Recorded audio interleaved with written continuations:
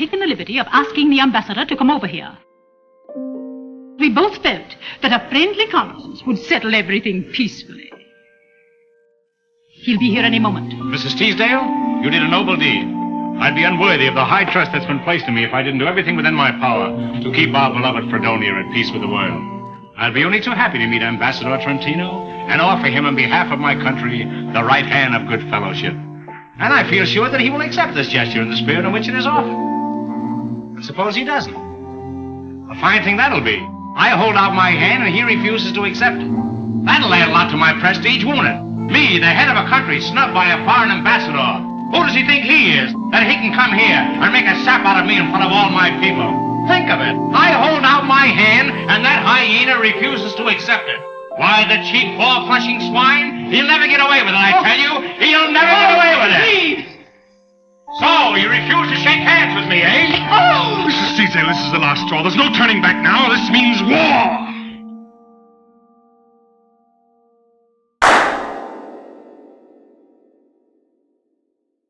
What does power look like? Power looks like a gesture. Gestures are mute, but they speak volumes. We use gestures to communicate a wide variety of thoughts, feelings, opinions, and messages. Gestures are a ritual form of communication. They layer with words when we speak. Gestures can sit behind speech, giving our words their somatic context. But they can also stand beside or in front of speech, like corporeal punctuation. Gestures give emotional tone to our interactions. Gestures are bodily utterances. Gestures are quiet but clear.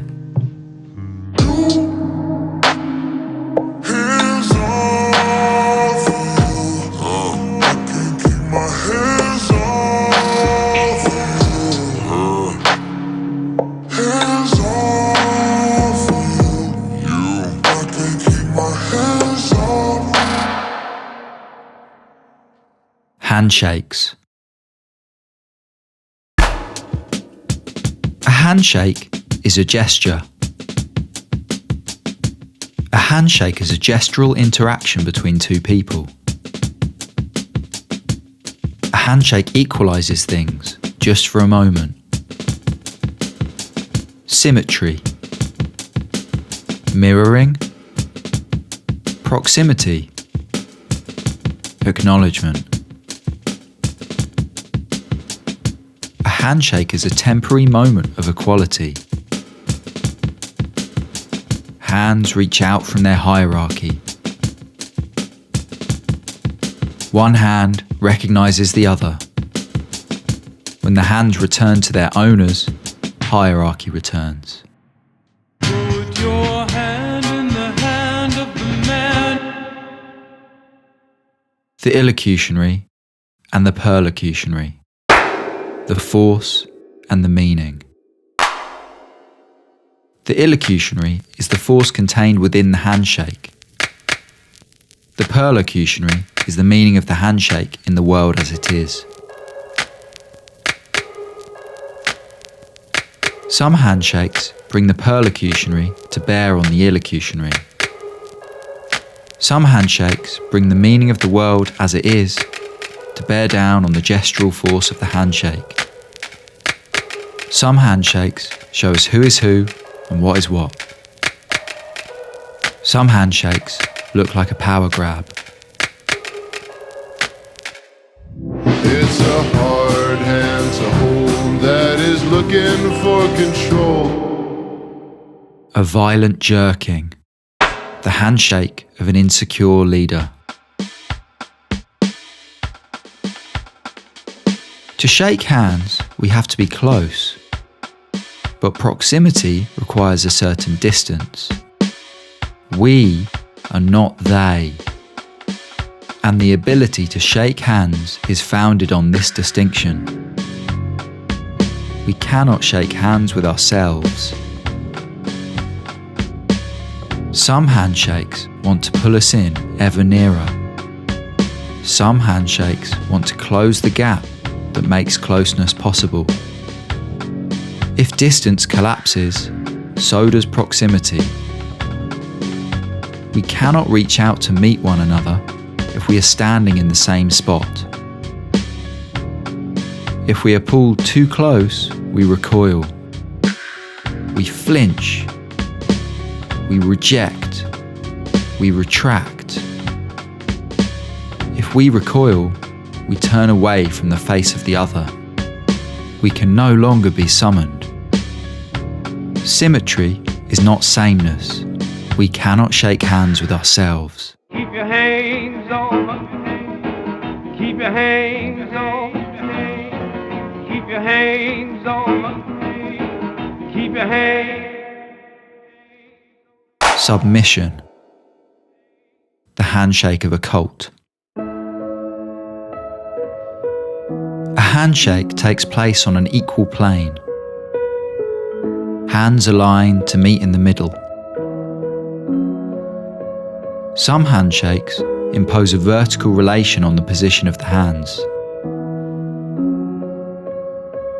Altitudinal inequality. High and low. Above and below. Some handshakes have to be taught. Some handshakes have to be learned. A small group. A strict hierarchy. A ritual admission. An agreement. Submission. The meaning of words and gestures can be changed by those at the top. And these changes must be accepted by those below. Every time the hands shake, they submit to the new meaning. The perlocutionary is squeezed into the illocutionary, turns it over, makes it anew. Embodied status, felt with the fingers. Autonomy submits to rank. Superior above, inferior below.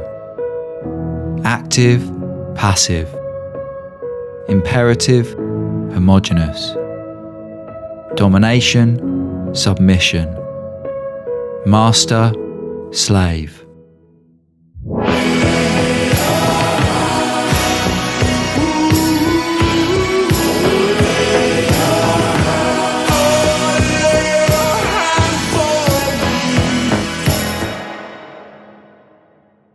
Haptic knowledge.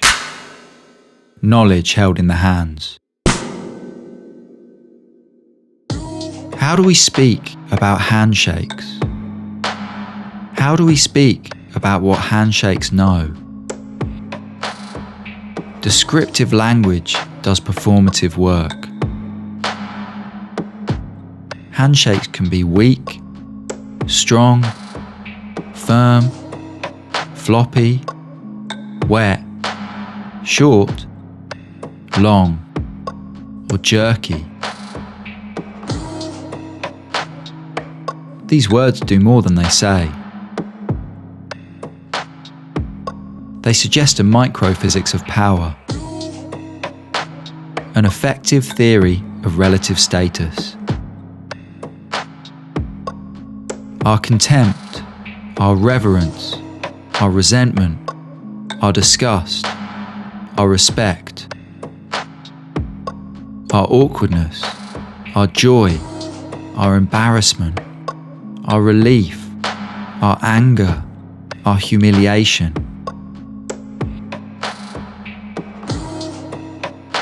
These feelings feel equality, inferiority, or superiority.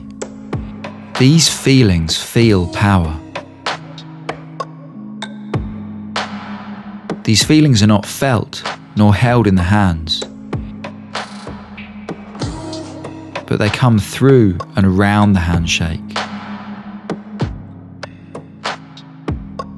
Gestures have a tone. Tone shows us what power looks like, when power looks like a gesture. In the next video, we'll be spending time with those feelings. Feelings like resentment, reverence, contempt and disgust. And asking, what happens when power looks like an emotion? What does power look like then?